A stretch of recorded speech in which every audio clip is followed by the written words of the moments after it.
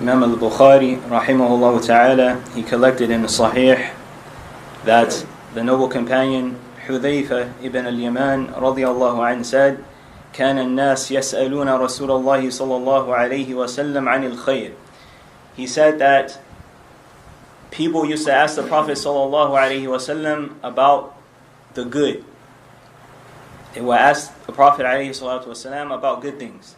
وَكُنْتُ أَسْأَلُهُ عَنِ الشَّرِّ مَخَافَةَ أَنْ يُدْرِكَنِي. He said, however, I used to ask the Prophet sallallahu alaihi wasallam about evil, out of fear that it would reach me. And likewise, it was stated by a poet. He said, عَرَفْتُ الشَّرَّ لَا لِلشَّرِّ عَرَفْتُ الشَّرَّ لَا لِلشَّرِّ لَكِنْ لِتَوَقِّيهِ. He said, I learned about evil, not for the sake of evil, but so that I could stay away from it. وَمَنْ لَا يَعْرِفُ الشَّرَّ مِنَ الْخَيْرِ يَقَعُ فِيهِ. And whoever doesn't know the difference between evil and good, then he's going to fall into it. So this is the reason why we learn about shirk. This is the reason why we learn about disbelief and things that are not permissible, so that we will have insight and knowledge concerning them, and so that we can stay far away from them. So with this being said, and with this being the case, the portion of the treatise that we're going to deal with tonight, inshallah ta'ala, is the nullifiers of Islam. And I don't really have access to the PDF, but for the brothers who have the translation of the PDF, I believe it's page 15. The third nullifier. So, as some of us are already aware, Shaykh al-Islam Muhammad ibn Abdul Wahhab, when he composed this or he put this together, he mentioned 10 nullifiers of Islam. So because of the lack of time, I'm going to focus on just 2 of the nullifiers that he mentioned. The ones I felt are most prevalent and very common. Who has the PDF? Page 15. Nullifiers of Islam. Nah. Go to the top of page 16. The top of page 16. You see it? طيب, what did he say? من لم يكفر المشركين أو شك في كفرهم أو صحح مذهبهم. So the third nullifier that Shaykh al-Islam Muhammad ibn Abdul Wahhab mentioned is that whoever does not, well, let's stick with the translation that's here. He says, he who does not make takfir. And takfir, they translate it as excommunicate. Excommunicate, which is, I guess, the proper term. But we would just say that whoever doesn't declare the mushrikun to be disbelievers,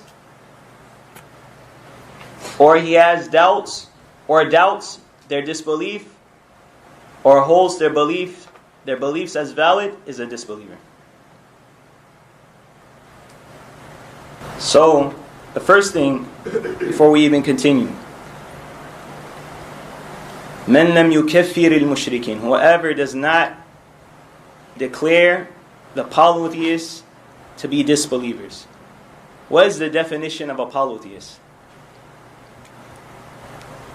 A person who believes in other than Allah. Person who believes in other than Allah. Close. Or who associates partners with him. نعم. أن تجعل الله ندا وهو خلقك. Is that you associate or ascribe partners to Allah, and He's the one who created you. Right? That's the greatest form of oppression. Now, a person takes the right of Allah subhanahu wa ta'ala, something that's the sole right of Allah subhanahu wa ta'ala, and then he directs it to someone or something from the creation. That's the greatest form of oppression. That's why Allah Jalla wa Ala, He said, إِنَّ الشِّرْكَ لَظُلْمٌ عَظِيمٌ. Indeed, polytheism is a great oppression. So, polytheism, that's the gist of it. When a person ascribes something in the worship of Allah subhanahu wa ta'ala, that is a shirk.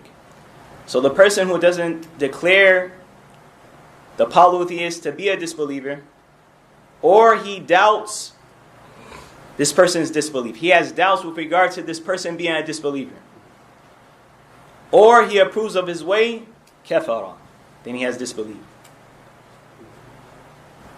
So if a person is worshipping idols, statues, rocks, a cow, like the Hindus, or even, like the cross, right, like the Catholics, the Christians, or they say they worship Isa alayhi salam, all of these people are considered mushrikun.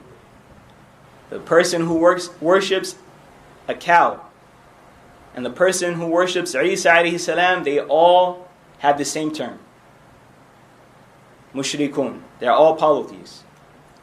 Allah Jalla wa Ala, He said, وَإِذْ قَالَ اللَّهُ يَا عِيسَى بْنَ مَرْيَمَ أَأَنْتَ قُلْتَ لِلنَّاسِ اتَّخِذُونِي وَأُمِّيَ إِلَٰهَيْنِ مِن دُونِ اللَّهِ. In Surah Al-Ma'idah.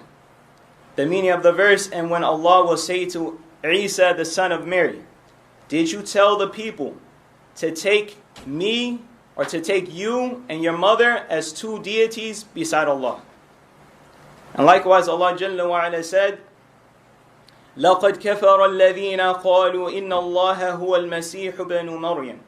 They have disbelieved those who said that Allah is Al-Masih, that He is Isa, the son of Mary. So the person who doesn't declare these type of people, whether they say they worship Isa, or they worship a rock, or they worship a cow, or whatever they worship, if they don't declare these people to be mushrikun, to be disbelievers, because in essence they're also disbelievers, then this person is also a disbeliever.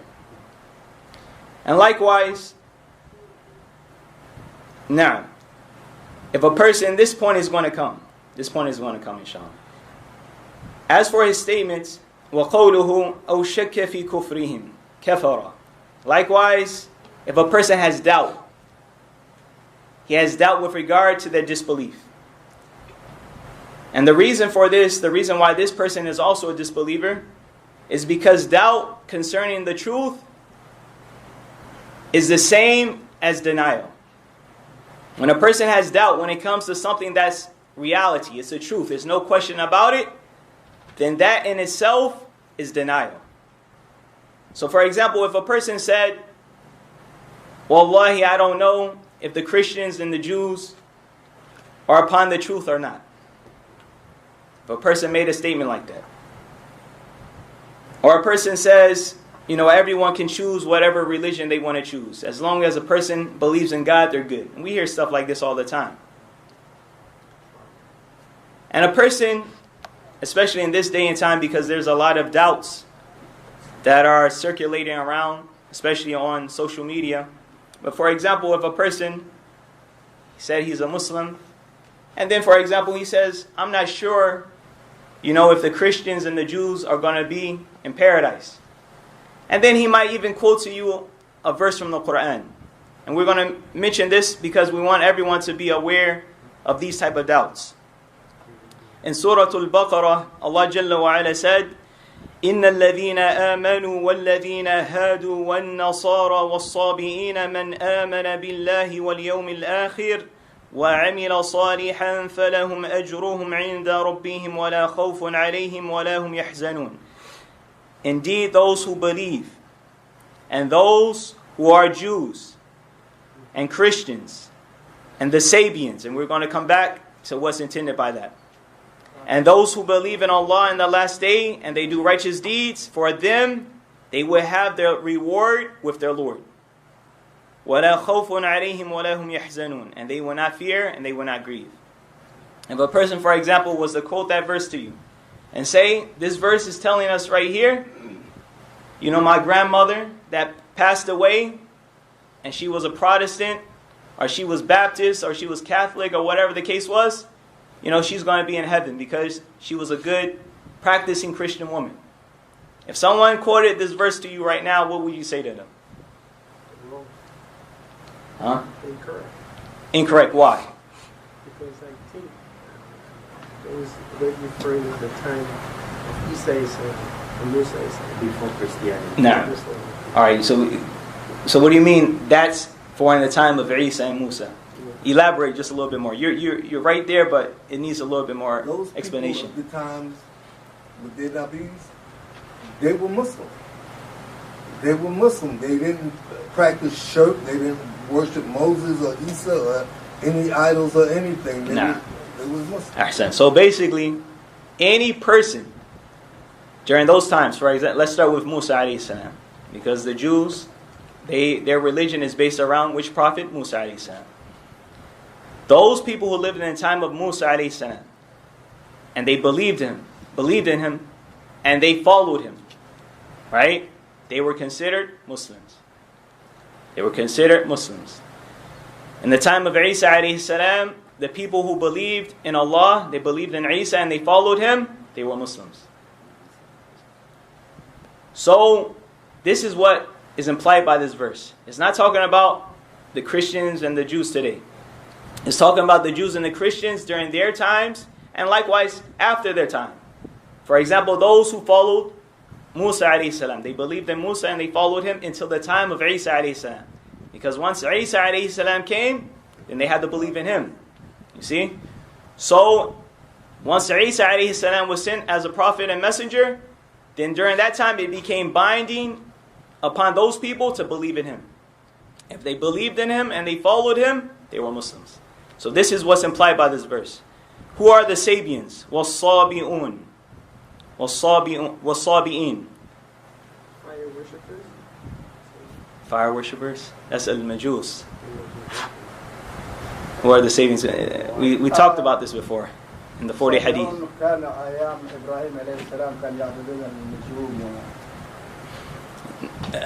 يقال هذا.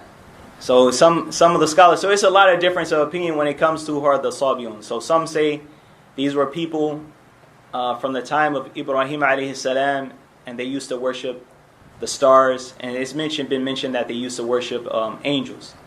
Okay? If a person worships an angel, are they a muwahid? They're not a muwahid.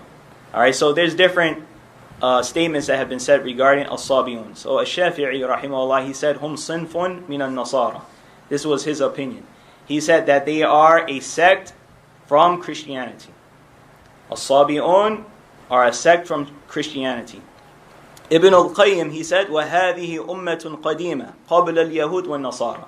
And this just shows you that it's a lot of difference of opinion in terms of who as-Sabiun are. He said, Ibn al-Qayyim, he said, this is a old nation. This is an ancient nation. قَبْلَ الْيَهُودِ وَالنَّصَارَى. They came before the Jews and the Christians. وَهُمْ أَنْوَاعٌ. And they are different factions, or you could say they're different sects. صَابِئَةٌ حُنَفَاءٌ وَصَابِئَةٌ مُشْرِكُونَ. So in general, they broke down to two different types of sects. You had a sect that were upon Tawheed, and you had a sect that were mushrikun. You had a sect that were upon Tawheed, and you had people who were Sabi'un that fell into a shirk. Now, so that verse is clear. That verse is clear.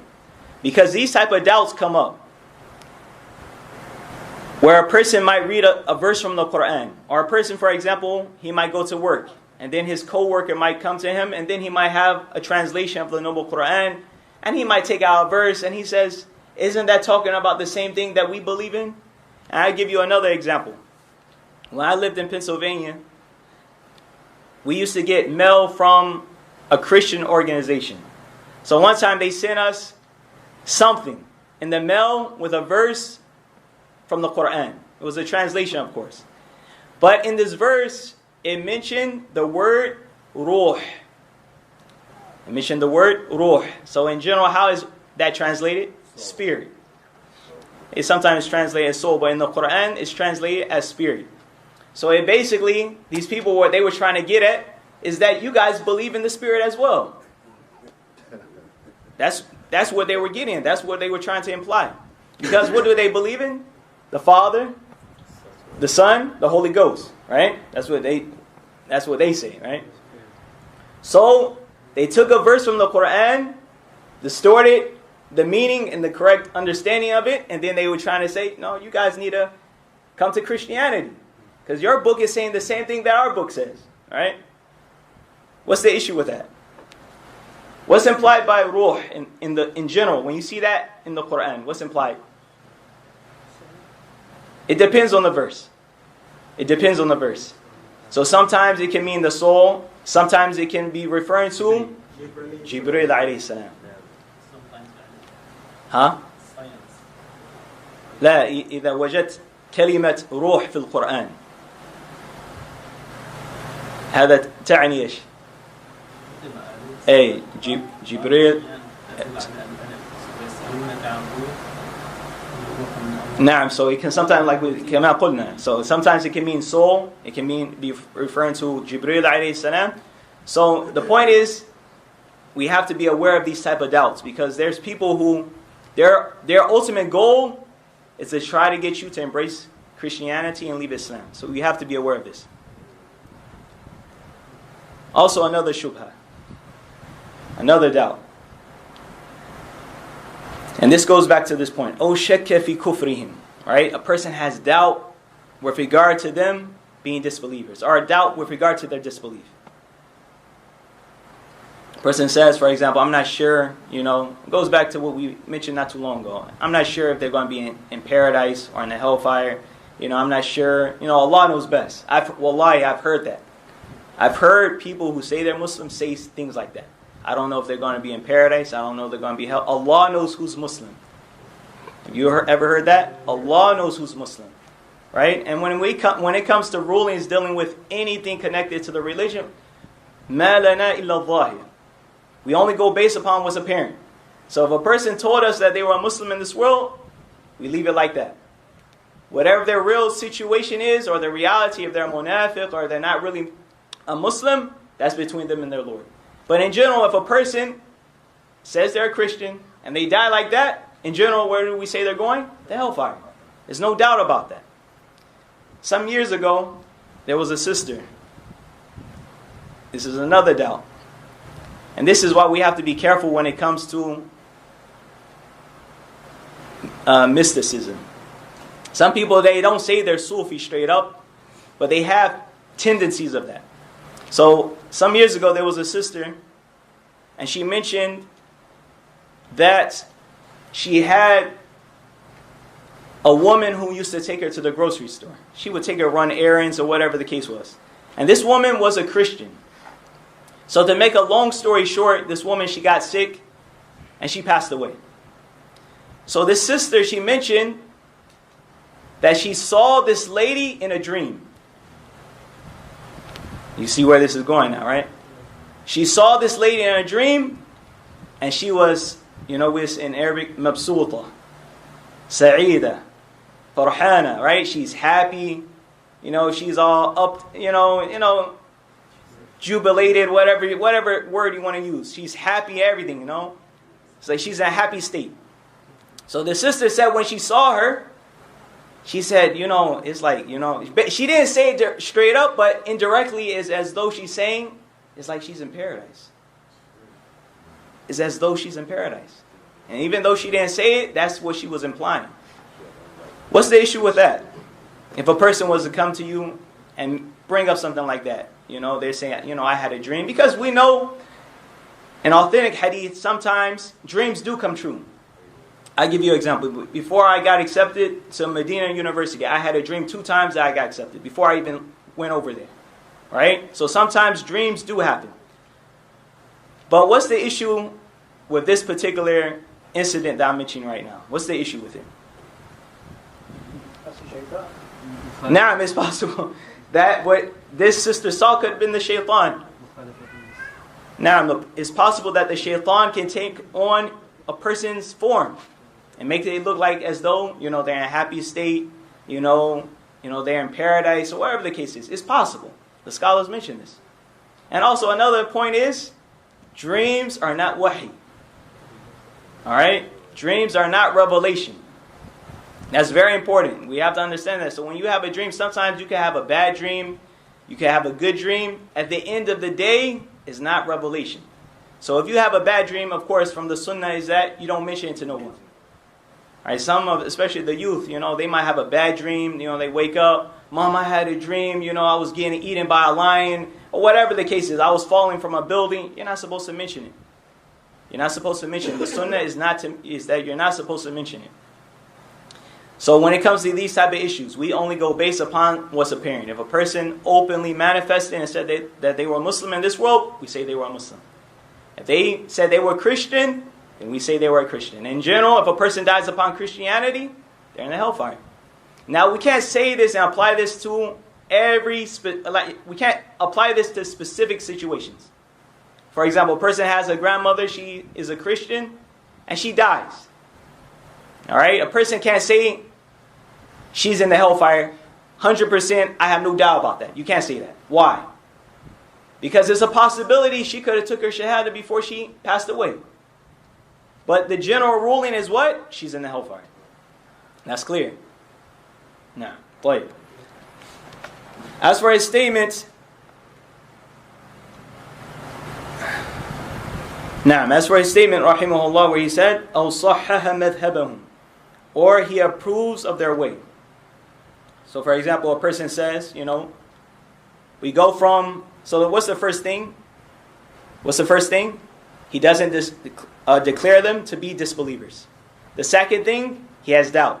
He's not sure, concerning their disbelief. The last thing, or the third part, he approves of their way. And this is extremely dangerous. Now a person says, these disbelievers are upon the truth. And some might say, you hear this with the Sufiya, الطرق إلى الله تنوعت, right? The ways of getting to Allah are many. There's a lot of ways to get to Allah, You don't have to necessarily be a Muslim. This is some things that you might hear a person who is, straight up a flaming Sufi that say things like this. And you might have people who would say, and this is a statement which is incorrect. They might say that the Jews and the Christians, their religion is correct in their view, just as Islam is correct in our view. We're all from the Abrahamic faith, That's going to come up. But you might hear this. A person might say the religion of the Jews and the Christians is correct according to their view, just as Islam is correct according to the view of the Muslims. What's the issue with that statement? Holding their beliefs valid. It's holding their beliefs to be valid. It has some remnants of that, but it's something else that's a little bit more obvious. On this day I have completed your religion. Now, we're not talking about in terms of Islam being the truth. We know Islam is the truth. But what's the issue when a person makes a statement like that? If a Muslim was to say that, Judaism, Christianity is correct according in their view, just as Islam is correct in our view. What's the issue with that? We pray to the same God. I want to know what the issue is with that statement. You don't have rights. You don't have good knowledge. Of course, a person doesn't have good knowledge. The issue with that statement, that's the answer. It's not based upon what you view. It's not based upon what you think. Okay?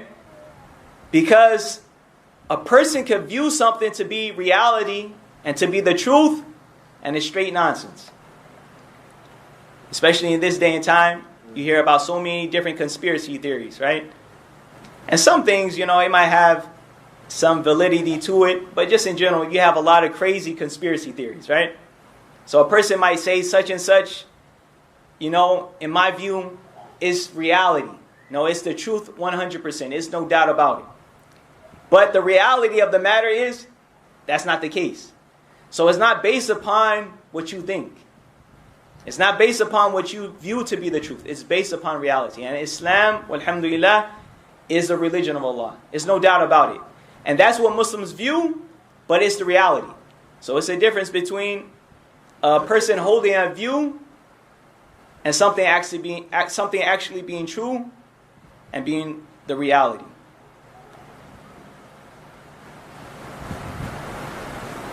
And also, there's many people who are not even Muslim who agree with the Muslims, and they know that Islam is the truth. I'll give you an example. The uncle of the Prophet ﷺ, Abu Talib.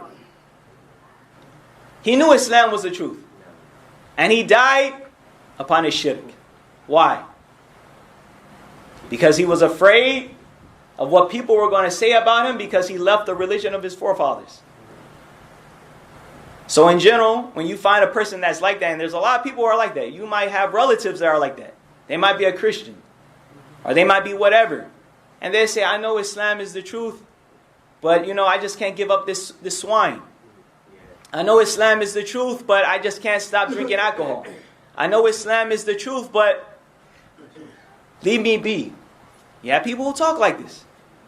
So, when you find people like this, and they don't want to embrace Islam, they know Islam, they acknowledge Islam is the truth, in general, it's due to arrogance, or it's due to fanaticism, or it's just due to blind following, like the case of Abu Talib. And going back to what the brother brought up about the thing about Abrahamic religions, this is basically the gist of what we want to talk about tonight. Because this is actually something that's being promoted amongst people who say that they're Muslim.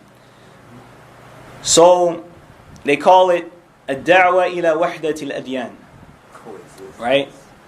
Now, you see those stickers on the bumpers, right? Coexist. You see like the crescent, the cross, and what's the Star of David or something like that. And they probably threw a rainbow on there now. Allah Musta'an. Allah Musta'an. So, this is a very dangerous call. So these people essentially are basically saying Islam, Judaism, Christianity, we're all one. As long as you believe in one of these religions, you're good.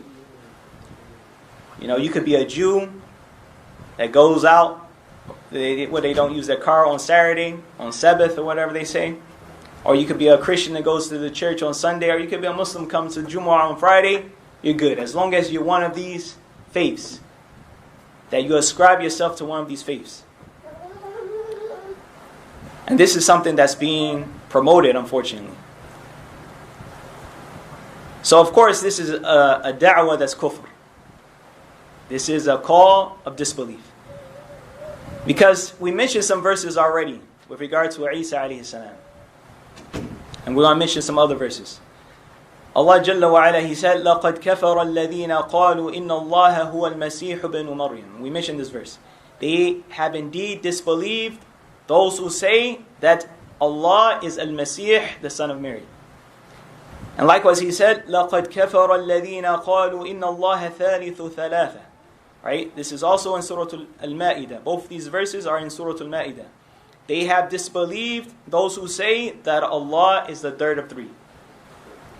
And Allah Jalla wa Ala, He said regarding the Yahud, ذَلِكَ بِأَنَّهُمْ كَانُوا يَكْفُرُونَ بِآيَاتِ اللَّهِ وَيَقْتُلُونَ النَّبِيِّينَ بِغَيْرِ الْحَقِّ ذَلِكَ بِمَا عَصَوْا وَكَانُوا يَعْتَدُونَ. That is because they used to disbelieve in the ayat of Allah, and they used to kill the prophets without right. This is a quality and characteristic of the Yahud, of the Jews, that they used to kill prophets. And this is because they disbelieved, or this is because they disobeyed, and because they used to transgress.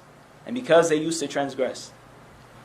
And likewise Allah Jalla wa Ala said, فَلَمَّا جَاءَهُمْ مَا عَرَفُوا كَفَرُوا بِهِ فَلَعْنَةُ اللَّهِ عَلَى الْكَافِرِينَ. And when it came to them, that which they recognized, they disbelieved in it.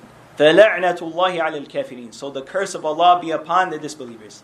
All of these verses explicitly state that the Christians and the Jews are disbelievers. So for a person to say it's okay to be a Christian or a Jew, that's disbelief. That's clear disbelief. Likewise, when a person calls to, the unification of the religions, this also entails something else. This also entails something else that's disbelief. The brothers can think of it. The first one is clear.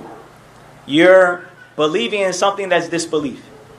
You're approving of the way and the belief of the Christians and the Jews. That's clear. That's disbelief. Allah called it disbelief, and He called them disbelievers in the Quran. That's clear. There's something else. I'll give you a hint.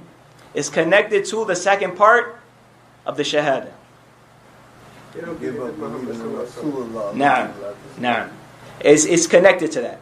So when a person believes in wahdatul adyan, the unification of the religions, then this is essentially saying that Muhammad alayhi salatu wasalam was not sent to all of mankind. Because if you can be a Jew, you can be a Christian, or you can be a Muslim, then you're saying the Jews and the Christians don't have to follow Muhammad sallallahu alaihi wasallam. And you have some people, and you hear this from the Christians, right? They say that Muhammad alayhi salatu wasalam was only sent to the Arab. They say he was only sent, what are they saying? To the Arabs. Right? He was only sent to the Arabs. And Allah Jalla wa Ala, in the Quran, He mentions a verse that's explicit in terms of this doubt right here. وَمَا أَرْسَلْنَاكَ إِلَّا كَافَةً لِلنَّاسِ. And we did not send you, meaning Muhammad alayhi salatu wasalam, except to all of mankind. So Muhammad alayhi salatu wasalam was sent to the Arab, he was sent to the Africans, he was sent to the Chinese, he was sent to everyone. He was sent to everyone. And likewise Allah Jalla wa Ala said, وَمَنْ يَبْتَغِي غَيْرَ الْإِسْلَامِ دِينًا فَلَنْ يُقْبَلَ مِنْهُ. Whoever seeks a religion other than Islam is never going to be accepted from him. وَهُوَ فِي الْآخِرَةِ مِنَ الْخَاسِرِينَ. And in the hereafter, he's going to be one of the losers. So the person who doesn't accept or believe in the message of Muhammad alayhi salatu wasalam, or he says you can choose another religion other than Islam, this person is a disbeliever. So a person might say, go ahead. So what about Muslims who we believe in the Quran, but the Hadith we don't? The Quraniyun? No. Well, remind me of that at the end, inshallah. We'll come back to that. Remind me of that at the end, inshallah. So the person who doesn't believe in the message of Muhammad alayhi salatu wasalam, or he says you can, be a Christian, you can be a Jew, this person is a disbeliever. He's a disbeliever. So a person might say, you have some Christians who say that Isa alayhi salam is a prophet. And we've already responded to the doubt. It's clear as day right now. But you still might have a person who's a Muslim, and they come to you and they say, you have Christians who say Isa alayhi salam is a prophet. You have, for example, people from Ethiopia. I can think of offhand. And you have some people here in the States that have this belief as well. You have different denominations of Christianity that say that Isa alayhi salam was a prophet. He wasn't God. They view God to be one. Right? So let me ask one of the youth, see who's been paying attention, because we just responded to this doubt. What's the issue with that? Abdurrahman. تعرف? طيب. Muhammad. What's the issue? If a person comes to you at your job and they say, you have Christians that don't worship Isa alayhi salam. They believe in Allah. They believe in the oneness of Allah. Are you going to say that these people are going to the hellfire? What's going to be your response? You don't know. Okay. That's a safe way if you don't know. Anyone else? I was going to say, I don't know, straight up. Mu'adh, you know? Ammar. Guys, what are you guys doing tonight?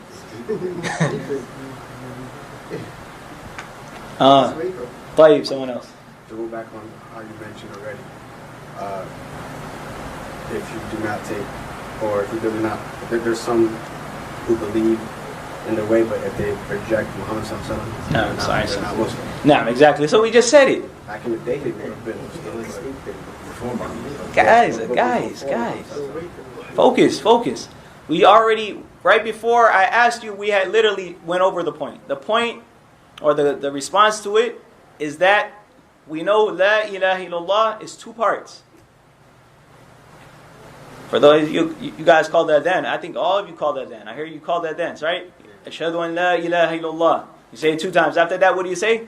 Ashhadu anna Muhammadan Rasulullah. I bear witness that Muhammad is a messenger of Allah. So if a person doesn't accept Muhammad, if they don't believe in Muhammad, alayhi salatu wasalam, and they don't follow Muhammad, alayhi salatu wasalam, then they're not a Muslim. They're a disbeliever. It doesn't matter if they only say they believe in one God. That person is a disbeliever. So it's very important that we are aware of these different plots, because you have shayateen al-jinn and shayateen al-ins. Right? You have devils from amongst the jinn and you have devils from amongst mankind.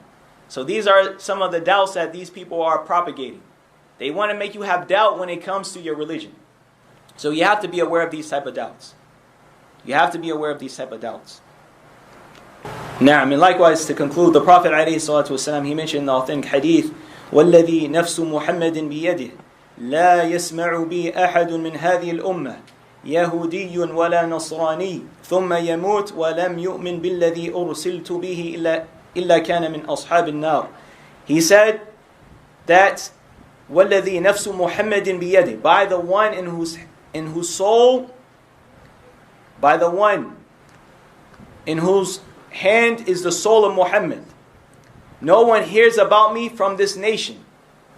No one hears about me from this nation, whether they're a Jew or a Christian, and then they die like that, and they don't believe in that which I was sent with, إِلَّا كَانَ مِنْ أَصْحَابِ النَّارِ, except that this person is going to be where? In the hellfire. In the hellfire. So the text from the Quran and the Sunnah of the Prophet ﷺ are clear when it comes to this issue of declaring the polytheists and the disbelievers to be disbelievers. Now, what is your question again about the Quran? Now, so the Sunnah is wahi. The Sunnah is wahi. So if a person is ignorant, then you have to inform them. You have to inform them. And you have to make it clear to them that, we have to believe, of course, in the Quran, and we have to believe in the Sunnah. Because, let's put it like this. I'm going to give you an example. When it comes to making wudu, making ablution for the prayer, you're going to find it's going to be mentioned in Surah An-Nisa or Surah Al-Ma'idah. Right? Surah Al-Ma'idah? An-Nisa wal-Ma'idah. Okay. It mentions about making wudu. How do you know exactly how to make wudu? The Sunnah is the only way. If you read general verses from the Quran, it's not going to go into detail. The detail comes in the Sunnah of the Prophet ﷺ. So there's no way that person can abandon one and just say, I'm just going with the Quran. No, you have to also take the Sunnah because the Sunnah is wahi. But they're upon that. Say it again? They are upon that. No, that's clear. They're upon that. That's why I'm saying, if you come across a person like that, you clarify to him that the reason why it's not enough for you to follow just the Quran. وَمَا آتَاكُمُ الرَّسُولُ فَخُذُوهُ. Right? Allah says in the Quran, whatever the messenger gives you, take it. That shows that you have to follow him. وَمَا نَهَاكُمْ عَنْهُ فَانْتَهُوا. Whatever he forbids you from, then stay away from it. There's numerous verses in the Quran that show that you have to follow the Sunnah. So it is clear in terms of the falsehood of that belief. But in general, if you come across a person like that, I guarantee you, 9 out of 10 times, they're ignorant. We have people who come to this masjid, and some of the brothers can attest to this. We have people who come to this masjid, they pray with us, they're Shia. They put their thing on the ground, their little paper or whatever, and they prostrate on it after the salat. All that, right? Akhi, what can you do other than take him by the hand, take him over there and advise him? What are you going to do? You're going to say you're a kafir? You can't. That's not. Yeah. What are you going to get out of that? You got to inform people. You got to educate people. A lot of people are ignorant. A lot of people are ignorant. So the point is, we have to be aware of these type of issues. We have to have insight. And like our brother, Hafidhahullah, was mentioning, there are things in this religion that you are not excused for in terms of knowing about it. Farud Ain, Farud Kifaya. There are things that every Muslim has to know, and there are certain things that every Muslim has to do. Alright, so we have to know about these type of things when it comes to